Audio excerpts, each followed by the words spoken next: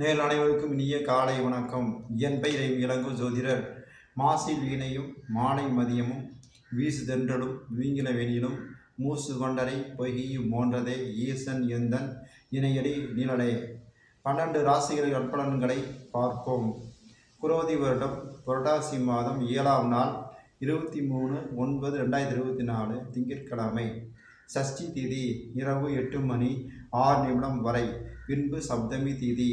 ரோகிணி நட்சத்திரம் அதிகாலை 4:28 வரை. பின்பு மிருகசி நட்சத்திரம்.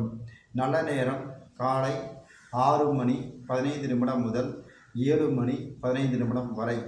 மாலை 4:45 முதல் 5:45 வரை. மேசராசிரியர்களுக்கு பணம் வரும் நாள். உங்கள் முயற்சிக்கு தடையாக இருந்தவர்கள் விலகுவர். லட்சுமி வழிபாடு செய்வது நல்லது. ரிஷபராசிரியர்களுக்கு நன்மையான நாள். செலவு வழியே நீங்கள் நினைத்ததை சாதிப்பீர். முருகன் வழிபாடு செய்வது நல்லது. மிதுனராசிரியர்களுக்கு உழைக்க தயங்காதவர்களுக்கு உன்னதமான காலகட்டம். அரசியலில் அமைதியாக இருந்தால் எதிர்காலத்தில் ஏற்றம் ஏற்படும். சிவன் வழிபாடு செய்வது நல்லது. கடகராசிகளுக்கு வரவும் செலவும் சமமாக இருக்கும். பயணத்தால் ஆதாயம் உண்டு. துர்க்கை அம்மன் துளிர்க்க செய்யும்.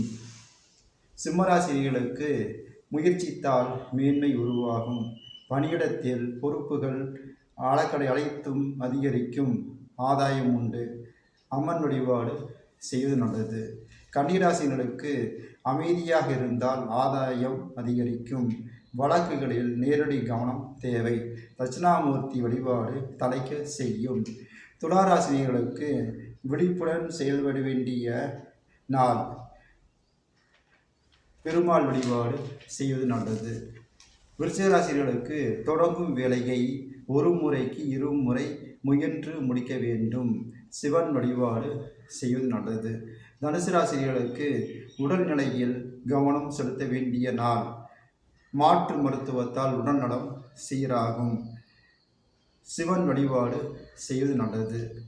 மகர ராசிகளுக்கு உங்கள் முயற்சியில் நிதானம் தேவை. யோசித்து செயல்படுவது நல்லது. முருகன் வழிபாடு செய்வது நல்லது. கும்பராசிகளுக்கு சோதனைகளை சந்திக்கும் நாள். மனக்குழப்பம் அதிகரிக்கும் நாள். குலதெய்வ வழிபாடு செய்வது நல்லது. மீனராசினர்களுக்கு நீங்கள் நினைப்பது நிறைவேறும் நாள். பணிபுரியும் இடத்தில் செல்வாக்கு உயரும். முருகன் வழிபாடு செய்வது நல்லது. 12 ராசி நிலப்படங்களை பார்த்தோம். எனது வீடியோவை லைக் பண்ணுங்கள், ஷேர் பண்ணுங்கள், சப்ஸ்கிரைப் பண்ணுங்கள். மீண்டும் சந்திப்போம். வணக்கம்.